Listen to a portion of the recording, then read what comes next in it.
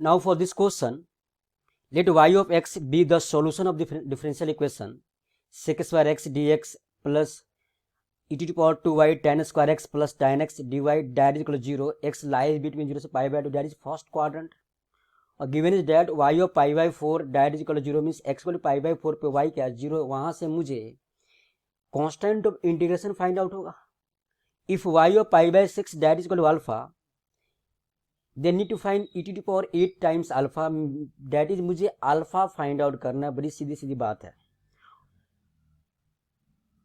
Sorry, और मैं क्या बोल रहा, आप चैनल को सब्सक्राइब कीजिए और मैक्सिमम शेयर कीजिए. रियली ये क्वेश्चन बहुत ही शानदार है, तो उस बच्चों के पास पहुंचे जो रियली नीडेड है.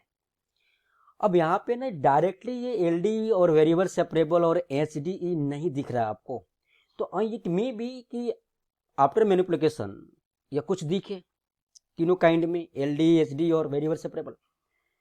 अब क्वेश्चन को मैं क्या बोलता है कि बार बार आप क्वेश्चन मैक्सिमम टाइम बोलता हूं मैं कि आप क्वेश्चन पे मैक्सिमम टाइम दीजिए. देखो यहाँ पे सेक स्क्वायर एक्स है, यहाँ पर tan x है, बाकी तो फंक्शन है ही नहीं, y का फंक्शन है.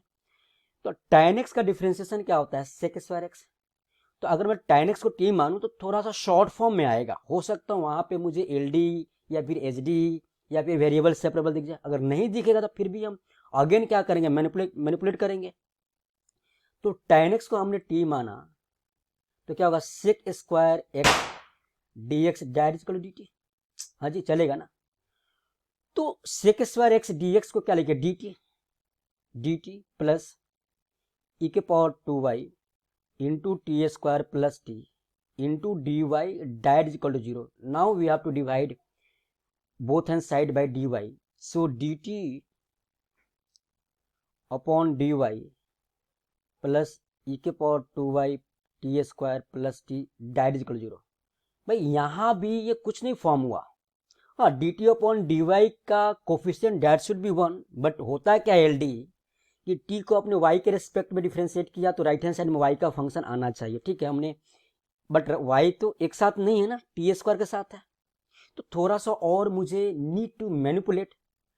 कैसे मैनिपुलेट करेंगे, अगर मैं टी स्क्वायर से डिवाइड करूं तो मुझे एक जगह पे क्या आएगा 1 अपॉन टी स्क्वायर और एक जगह पे 1 बाई टी आएगा. तो 1 बाई टी का डीसी क्या होता है -1 अपॉन टी स्क्वायर. तो यहाँ पे मेरा लाइन ऑफ थिंकिंग क्या है कि हमने टी स्क्वायर से डिवाइड किया तो 1 upon t square into d t upon D y plus e के power 2y plus 1 by T. तो भैया अभी भी ये एलडी नहीं बना, अब इसके बाद बनेगा.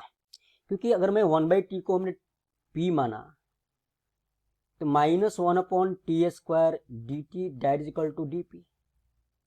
That means we can write -1 upon t square d t is equal to minus d p. तो this is nothing but minus d P upon D y. What is 1 by t that is p.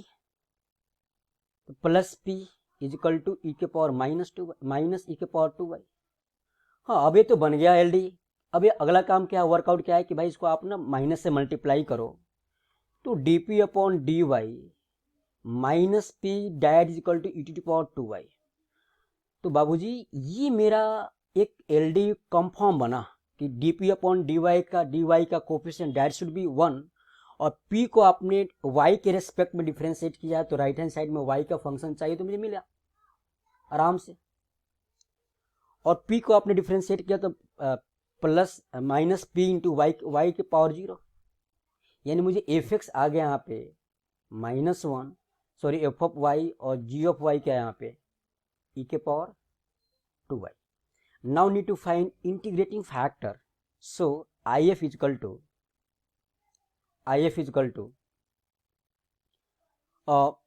e to the power integration of fy dy and that is equal to e to the power integration of fy means -1 into dy and that is equal to e to the power minus y that is equal to 1 upon e to the power y. तो मुझे y if आ गया तो integrating factor क्या है e to the power minus y चलेगा. Now how can write required solution. उसके लिए हम किस फंक्शन को डिफरेंशिएट कर रहे हैं p को. तो जो रिक्वायर्ड सॉल्यूशन होगा वो क्या होगा p into I F is equal to integration of I F into right hand side. So from here we have to write p into what is if e to the power minus y, that is equal to integration of e to the power minus y into e to the power 2y dy, and that is equal to integration of e to the power y dy, and that is equal to e to the power y plus c. आपने p किसको माना था 1/t को, तो 1/t into e to the power minus y is equal to e to the power y plus c. और आपने t किसको माना था tan x को. So from here we have to write e to the power minus y upon tan x, and that is equal to e to the power y plus c. अभी मेरा general solution है, constant of integration c है. Question क्या बोला कि यह curve जो है ना वो y और π/4 मीन π/4 0 से पास कर रहा है, एंड x इक्वल टू π/4 पे y क्या है 0 है. हाँ जी. So from here we have to write x equal to pi by y0 e to the power 0 1 upon tan π/4 1 is equal to e to the power 0 plus c. That means 1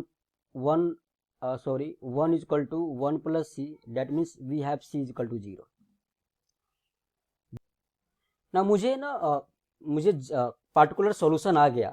That means e to the power minus y upon tan x, and that is equal to c 0 है e to the power y.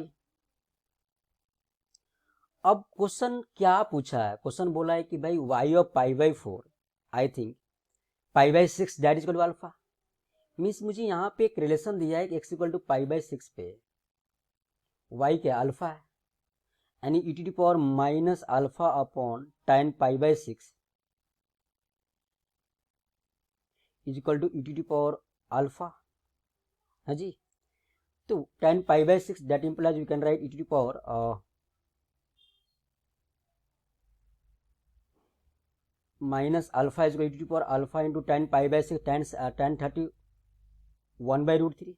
यहाँ पे लिखो ना tan π/6 यानी e to the power minus alpha is equal to power alpha tan π/6 tan 30 1/√3. ठीक है. तो यहाँ से मुझे क्या दिखा, अगर क्रॉस मल्टीप्लाई करो तो e to the power 2 alpha is equal to √3. हाँ जी. क्वेश्चन क्या डिमांड किया है e to the power 8 alpha. तो हो तो गया, यहाँ पे काम कर दोनों तरफ 4 एक्सपोनेंट ले लो. यहाँ पे हमने 4 लिया एक्सपोनेंट, यहाँ पे लिया 4. That means e to the power 8 अल्फा is equal to √3 to the power 4 that is 9. This is our required answer. So इस क्वेश्चन का आंसर क्या है, न्यूमेरिकल बेस्ड क्वेश्चन है, that is e to the power 8 अल्फा that is equal to 9.